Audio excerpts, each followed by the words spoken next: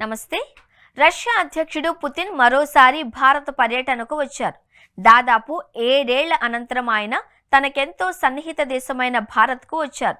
తన 2 రోజుల పర్యటనలో భాగంగా చారిత్రాత్మక హైదరాబాద్ హౌస్లో బస చేయనున్నారు. దేశ రాజధాని ఢిల్లీలో ఉన్న ఈ విశిష్ట భవనానికి హైదరాబాద్ హౌస్ అన్న పేరు ఎందుకొచ్చింది? ఇంతకు ఇదెవరిది అన్న ప్రశ్నలకు సమాధానాలు మరింత ఆసక్తిని కలిగిస్తున్నాయని చెప్పాలి.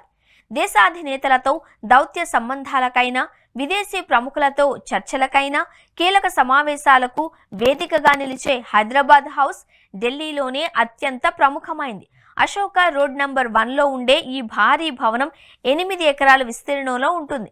ఢిల్లీ మహానగరం నడిబొడ్డున ఉండే ఈ భవంతిలో ఇప్పటి వరకు అమెరికా మాజీ అధ్యక్షులు ఒబామా, ప్రస్తుత అధ్యక్షుడు ట్రంప్తో పాటు చైనా అధ్యక్షుడు జిన్పింగ్, ఇజ్రాయెల్ అధినేత నెతన్యాహు తదితరులు ఇక్కడ ఆతిథ్యం పొందారు.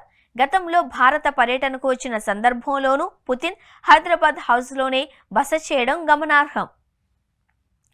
విదేశీ ప్రముఖుల మనసు దోచే ఈ భారీ భవంతి నిజాం కలల సౌధంగా చెప్పాలి. ఈ కారణంగానే ఢిల్లీలోని ఈ భవనానికి హైదరాబాద్ హౌస్గా పేరొచ్చింది. హైదరాబాద్ దర్పానికి నిలువెత్తు ప్రతిబింబంగా ఇది నిలుస్తోంది. 1926లో ఈ భారీ భవన నిర్మాణాన్ని షురూ చేయగా 2 ఏళ్ల వ్యవధిలోనే దీన్ని నిర్మించారు. హైదరాబాద్ చివరి నిజాం మీర్ ఉస్మాన్ అలీ ఖాన్ దీన్ని ప్రారంభించారు. అప్పట్లో ఈ భవనాన్ని నిర్మించడానికి అయిన ఖర్చు 2 లక్షల పౌండ్లు. అప్పట్లో భారత్ను పాలిస్తున్న బ్రిటిషర్లు దేశ రాజధానిని ఢిల్లీకి మార్చగా తన స్థాయికి తగ్గట్లు మీర్ ఉస్మాన్ అలీ ఖాన్ ఈ భవనాన్ని నిర్మించారు. దేశంలోనే అత్యంత ధనికుడిగా ఉన్న ఆయన ఈ భవనాన్ని తన స్థాయికి ఏమాత్రం తగ్గని రీతిలో నిర్మించుకున్నారు. వైస్రాయ్ హౌస్ పక్కనే దీన్ని ఏర్పాటు చేయాలి అని భావించిన నాటి బ్రిటిష్ ప్రభుత్వం ససేమిరా అంది. దీంతో నాటి వైస్రాయ్ హౌస్కు 3 కిలోమీటర్ల దూరంలో హైదరాబాద్ హౌస్ను నిర్మించారు.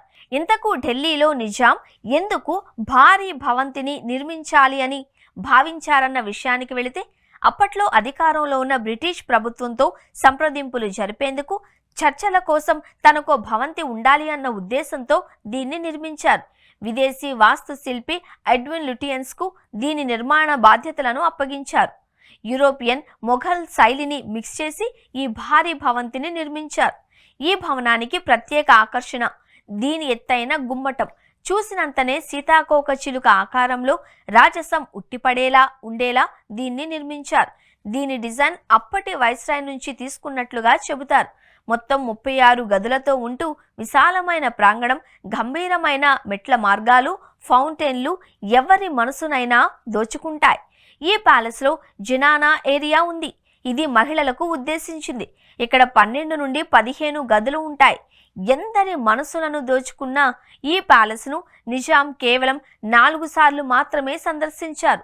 సాంప్రదాయ పద్ధతికి భిన్నంగా యూరోపియన్ శైలిలో నిర్మించడంతో ఇందులో ఉండేందుకు నిజాం కొడుకులు ఇష్టపడలేదు.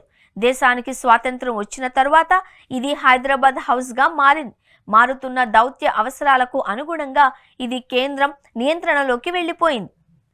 అలా నిజాంతో మొదలైన ఈ భవనం ఇప్పుడు భారత ప్రభుత్వ ఆధీనంలో ఉంది.